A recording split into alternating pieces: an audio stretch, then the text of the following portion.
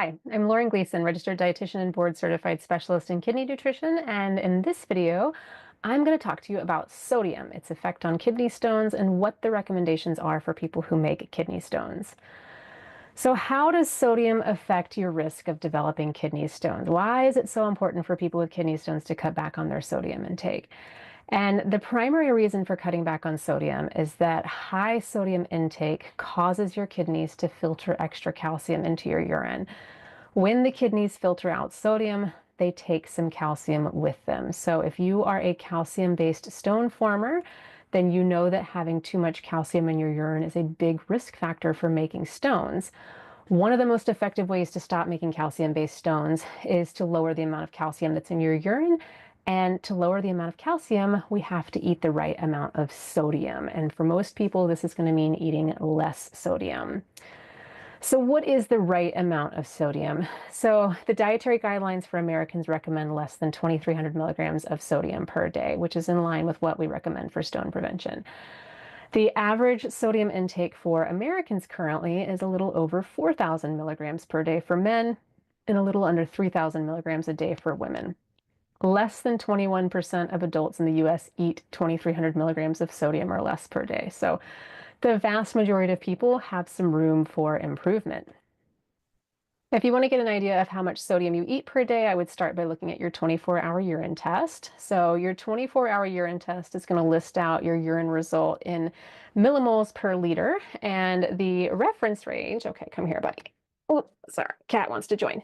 The reference range, which is what some people kind of think of as the normal range, it's going to usually be about 50 to 150 millimoles per day. And below is sort of a handy conversion for how much sodium those results might equate to. So 155 millimoles per liter is going to be about 3,450 milligrams of sodium per day.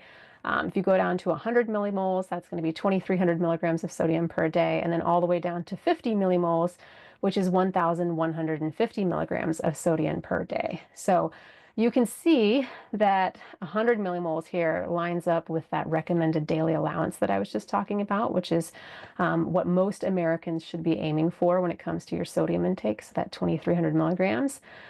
If your urine sodium levels are higher than 100 millimoles per day, you should consider making some changes to your diet to get that number even lower. So even though that number is probably showing within the normal range, depending on whether or not you have other medical conditions, you might even benefit from aiming closer to 65 millimoles per day.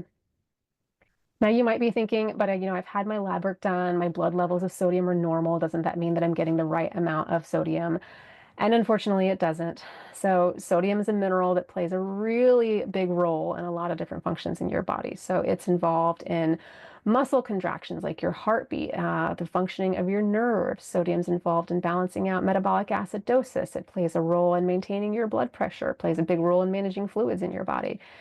Because of its important role, the body goes out of its way to keep sodium levels in the normal range, whether you eat a ton of sodium or very little sodium. Your blood levels of sodium are not a good indicator of your sodium intake, but your 24-hour urine is. So if your urine sodium levels are higher than 100, let's talk about where that sodium might be coming from. Now, one thing that I want to touch on is the difference between salt and sodium. They are kind of the same thing, but not exactly. So when I say salt, I'm referring to the seasoning that you find in a salt shaker. And believe it or not, that powdery white substance is not pure sodium. It's actually made up of sodium and chloride. The sodium part of salt is what leads to more calcium in the urine and potentially higher uric acid levels. So this is the part of salt that we're really the most concerned about. This is also the part of salt that's reported on the nutrition facts label. I've met a lot of people who think they are following a low sodium diet because they never use their salt shaker. And while your salt shaker does contain a lot of sodium, I can almost guarantee that it is not the only source of sodium in your diet. It's far from it, probably. So if you hear me talk about a low sodium diet or a low salt diet, I am talking about the same concept, but I'm not necessarily talking about simply cutting back on your salt shaker use. So there's a lot more to it than that. So where is all this sodium coming from? So I mentioned before that you may not necessarily be following a low sodium diet if you never use a salt shaker. And that's because less than 5% of salt in the typical American diet comes from salt added at the table. So if you're consuming 5,000 milligrams of sodium a day, which is not unheard of, that's only 250 milligrams of sodium that you're saving by not using a salt shaker. So where are the other 4,750 milligrams coming from? Well, less than 1% of sodium comes from dietary supplements and tap water, so there is a small amount of sodium in water, but not enough to really be worried about. 6% of salt in our diet comes from salt added during the cooking process. 14% comes from naturally occurring sodium in foods. So that's right, there are some foods that contain sodium, even if you eat them plain. This is mostly going to be animal foods like fish, chicken, eggs, beef, etc., that will contain some natural sodium, so just be aware of that. Most plant foods like fruits and vegetables are not really going to have a significant amount of sodium in them. And then a whopping 71% of salt in our diet comes from salt added outside the home. And when we say salt added outside the home, we're not talking about salt added by you. I'm talking about salt that's added by whoever or whatever prepared the food. And you can use this as your sign to take a sip of water. And if you form kidney stones, you definitely need to be drinking some more water. Some examples of salt added outside the home include restaurant foods. And this is going to include anything from like fast food to a fancy sit-down restaurant. They're all going to be loaded with sodium. Pre-prepared foods. So this includes restaurant foods, but it also encompasses other foods that you might purchase at non-restaurants. So the prepared food section at your local grocery store, or the hot foods that you can buy from gas stations or convenience stores. And then we've got processed or packaged foods. So things like bread, cold cuts, soup, chips, pretzels, literally anything that comes in a package has the potential to contain a lot of sodium. So a lot of people who don't use a salt shaker are still eating a lot of sodium because their food already has a lot of sodium in it. If you are new to a kidney stone diet or you are new to a low sodium diet, one thing that can be really useful is to simply take the time to figure out how much sodium you're actually getting in your diet right now. This can give you a really good starting point to see how close you are to the recommended 2,300 milligrams of sodium and how much you realistically need to change about your eating. There are several apps on the market that you can use. Pretty much all food tracking apps are going to be able to give you sodium information for foods because that is a required nutrient that food manufacturers have to report. So the information is readily available for a lot of foods. A lot of apps offer free trials. Some apps like Chronometer even offer a free version that you can use indefinitely. I'll include a link below this video. Just choose an app, log all your food for the day or for a week. Some tips when entering information: be as specific as possible. If available, log the specific brand of whatever it is that you ate, because different brands are going to have different amounts of sodium in their foods. If you can't find an exact food, then consider logging it manually. A lot of these programs will let you log things in manually if that's what you're looking for, is not already in their database.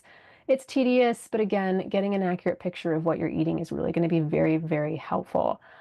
Log accurate quantities. So you'll probably have to check the package label to figure it out. So for example, if you ate a small bag of potato chips, check the bag label and see how much was in the bag. Don't just guess. There's a big difference between eating an ounce of chips and 3 ounces of chips. So you want to be accurate. Depending on what the food is, this might require you to actually measure your food for a day just to get those accurate portion serving sizes.